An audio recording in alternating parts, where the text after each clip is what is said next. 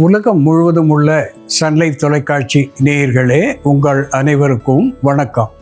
இது நாட்டு மருத்துவம், நலம் தரும் மருத்துவம், எல்லோருக்கும் ஏற்ற பக்க விளைவில்லாத பாதுகாப்பான பண செலவுகள் இல்லாத மருத்துவம். எளிய மருத்துவ குறிப்புகளை இந்த நிகழ்ச்சியிலே நாம் ஒவ்வொன்றாக பார்த்து பழகி பயன்பெற்று வருகின்றோம். இன்று சிலவற்றை நாம் தெரிந்து கொள்வோம். த சிட்ரஸ் லெமன் என்று ஆங்கிலத்திலே சொல்லப்பெறுவது, லெமன் என்று சொல்லுகின்ற எலுமிச்சை ஒரு anti bacterial, anti fungal, anti microbial, anti inflammatory, analgesic என்கின்ற மருத்துவ குணங்களை பெற்றிருக்கிறது. இந்த எலுமிச்சை சாறு எடுத்து காதிலே 2-3 துளிகள் விட்டு வருகின்ற நிலையிலே காது வலி, காது வீக்கம், சைத்தியம் என்று சொல்லக்கூடிய காது வலியினாலே கழுத்திலே ஏற்படக்கூடிய நெறிக்கட்டி, காதிலே சீழ்வடிதல், இவற்றையெல்லாம் போக்கி காது சரியாக கேட்கின்ற வகையிலே இது ஒரு அருமருந்தாக விளங்கும் என்பதிலே ஐயமில்லை. அதனோடு இந்த எலுமிச்சை சாறு கருந்திட்டுக்கள், தோலிலே ஏற்படுகின்ற ஹைப்பர் பிக்மெண்டேஷன் என்று சொல்லக்கூடிய கருந்திட்டுக்களின் மேலே தடவி வருகின்ற பொழுது நாளடைவிலே கருந்திட்டுக்கள் மாறி தோல் பழைய நிலையை அடையும் என்பதையும் மறத்தல் ஆகாது. அன்பான நேயர்களே, த பேன்யன் ட்ரீ என்று ஆங்கிலத்திலே சொல்லுவது ஆலமரம். இந்த ஆலமரத்தினுடைய பால் ஒரு அற்புதமான ஆன்டி இன்ஃப்ளமேட்டரி, அனால்ஜெசிக் என்கின்ற மருத்துவ குணத்தை பெற்றிருக்கிறது.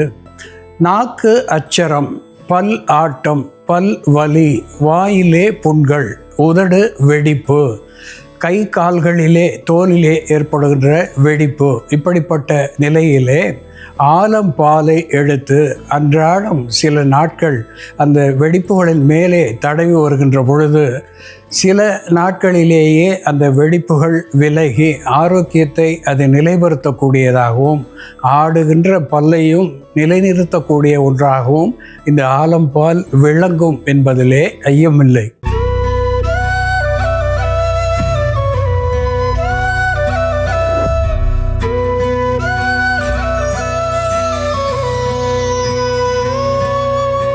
அன்பான நேயர்களே, பிப்பர் பெட்டல் என்று ஆங்கிலத்திலே சொல்லப்பெறுவது வெற்றிலை.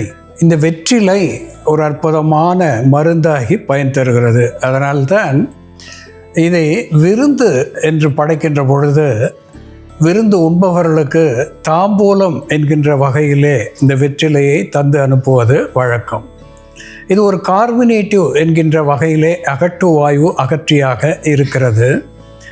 ஸ்டொமேச்சிக் என்கின்ற வகையிலே வயிற்று பொறுமல், வயிற்று உப்புசம், செரிமான சீர்கேடுகள் இவற்றையெல்லாம் போக்கக்கூடியதாக விளங்குகிறது. சியாலகோக் என்கின்ற வகையிலே எச்சில் சுரப்பியாக இது திகழ்கிறது. கேலக்டோகோக் என்கின்ற வகையிலே மாதருக்கு பால் பெருக்கியாக விளங்குகிறது. அதோடு கூட இது அப்ரோடிசியாக் என்கின்ற வகையிலே காம விருத்தினியாக இருந்து காமத்தை தூண்டக்கூடியதாக விளங்குகிறது. இதனுடைய காரம் என்கின்ற நிலையிலே தொண்டை எரிச்சல், தொண்டை கட்டு, தொண்டை கம்மல் இவற்றையெல்லாம் போக்கக்கூடிய ஒன்றாகவும், ஒரு அஸ்ட்ரிஞ்சன்ட் என்று சொல்லக்கூடிய வற்றச் செய்யும் தன்மை உடையதாகவும், ஒரு ஆன்டிசெப்டிக் என்கின்ற வகையிலே இதனுடைய சாறு புண்களை ஆற்றக்கூடியதாகவும் விளங்குகிறது. இதனோடு ரோசா டேமசினா என்று தாவர பெயராலே சுட்டப்பெறுவது ரோஜா பூ என்று நாம் தமிழிலே சொல்லப்பெறுகின்ற ஒன்று.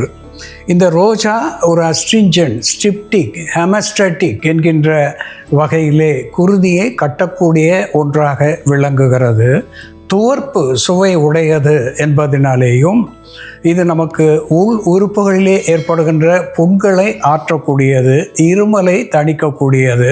அதிகமான இருமல் என்று வருகின்ற பொழுது தொண்டை கரகரப்பு, தொண்டையிலே ஏற்படுகின்ற எரிச்சல் இவற்றையெல்லாம் போக்குவது மட்டுமல்லாமல் இது ஹீமோகுளோபின் என்று சொல்லக்கூடிய HB என்கின்ற நிலையை அதிகப்படுத்தக்கூடிய ஒன்றாகவும் இது திகழ்கிறது.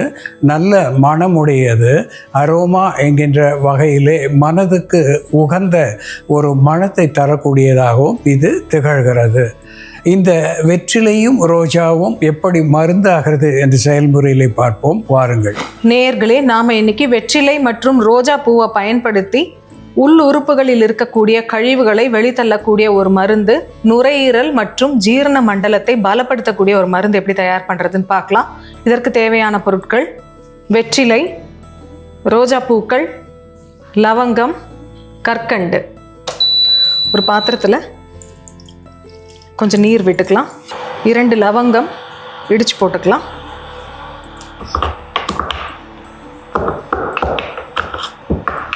நம்ம இடித்து வச்சுருக்க லவங்கம் சேர்த்துக்கலாம். இதோட கொஞ்சம் கற்கண்டு பொடி, இனிப்புக்காக கற்கண்டு பொடி சேர்க்குறோம். சர்க்கரை நோய் இருக்கிறவங்க கற்கண்டுக்கு பதில் கொஞ்சமாக இந்துப்பு சேர்த்துக்கலாம். ஒரு 2 சிட்டிகை அளவு இந்துப்பு சேர்த்துக்கலாம். கற்கண்டு ஒரு 1/2 தேக்கரண்டி அளவு சேர்த்துட்டு அதோட நம்ம வெற்றிலை 2 வெற்றிலை எடுத்து சிறு சிறு துண்டுகளாக்கி நம்ம இதில் சேர்த்து இந்த தண்ணியை கொதிக்க வைக்கணும். இதோட நம்ம ரோஜா பூக்கள் சேர்க்க போகிறோம்.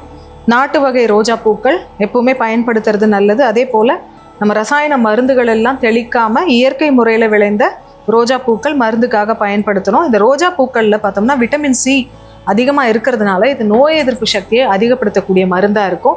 இதில் இருக்கக்கூடிய துவர்ப்பு சுவை இரத்த ஓட்டத்தை, அதிகப்படியான இரத்தப்போக்கை கட்டுப்படுத்தக்கூடிய மருந்தாக இருக்கிறதுனால பெண்களுக்கு மாதவிடாய் சமயத்தில் ஏற்படக்கூடிய அதிகப்படியான இரத்தப்போக்கை கட்டுப்படுத்த ரோஜா பூக்களை மருந்தாக பயன்படுத்தலாம்.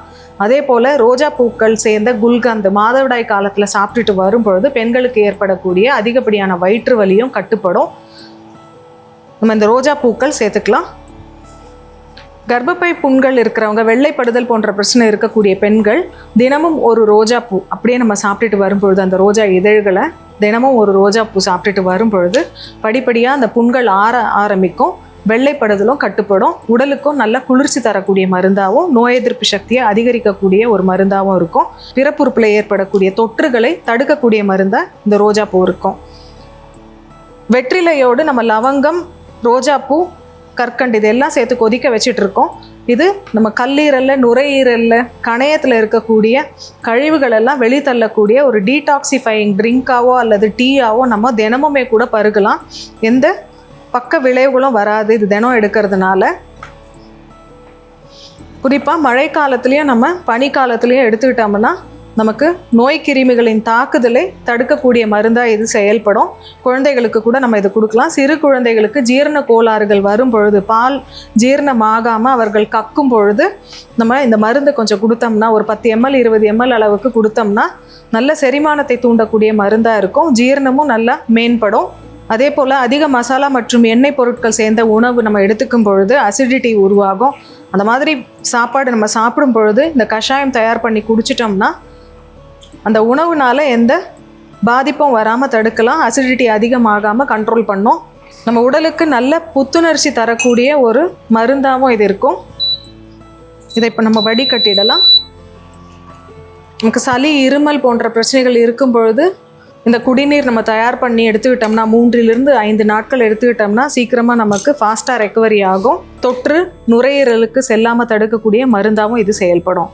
வெற்றிலை, ரோஜா பூக்களின் இதழ்கள், லவங்கம் மற்றும் கற்கண்டு சேர்ந்த இந்த பானம் காலை மாலைன்னு 2 வேளையும் நம்ம தொடர்ந்து பருகிட்டு வரும் பொழுது நம்ம உடலில் தேங்கி இருக்கக்கூடிய கழிவுகளை வெளித்தள்ளக்கூடிய மருந்தாகவும் உடலுக்கு புத்துணர்ச்சி தரக்கூடிய ஒரு பானமாகவும் நோய் எதிர்ப்பு சக்தி மற்றும் இரத்த ஓட்டத்தை சீர் செய்யக்கூடிய ஒரு மருந்தாகவும் செயல்படும்.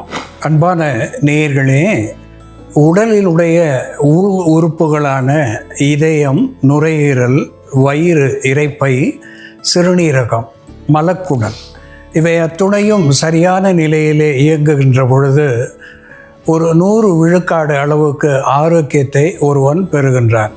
அப்படி உள் உறுப்புகளை பலமாக செயல்படுத்துவதற்கு இங்கே வெற்றிலையை நாம் பயன்படுத்துகின்றோம். அதனோடு ரோஜா பூவை பயன்படுத்துகின்றோம். லவங்கம், க்ளவ் என்று சொல்லுகின்ற லவங்கப்பூ, இந்த 3ஐயும் சேர்த்து இனிப்புக்காக கற்கண்டு சேர்த்து ஒரு பானமாக இங்கே வைத்திருக்கின்றோம். இதை அன்றாடம் அந்தி சந்தி என்று இரு வேளை பருகி வருகின்ற நிலையிலே இதய படபடப்பு என்பது இல்லாமல் போகும்.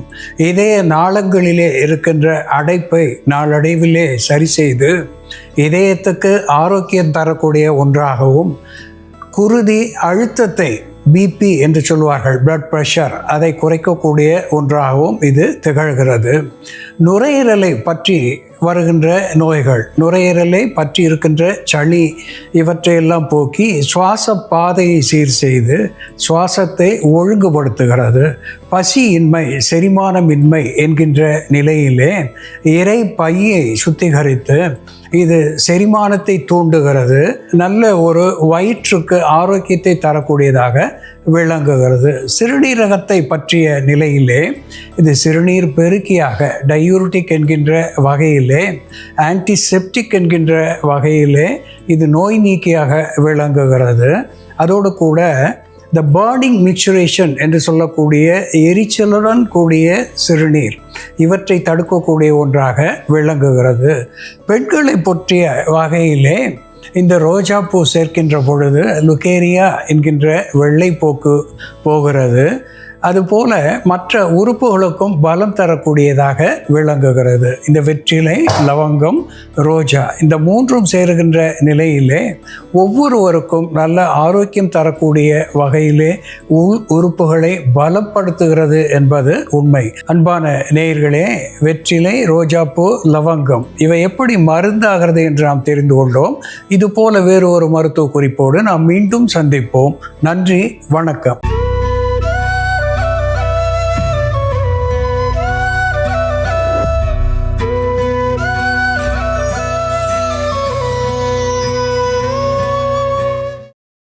இன்னும் பல வீடியோக்களை காண சன் லைஃப் சேனலை சப்ஸ்கிரைப் பண்ணுங்க.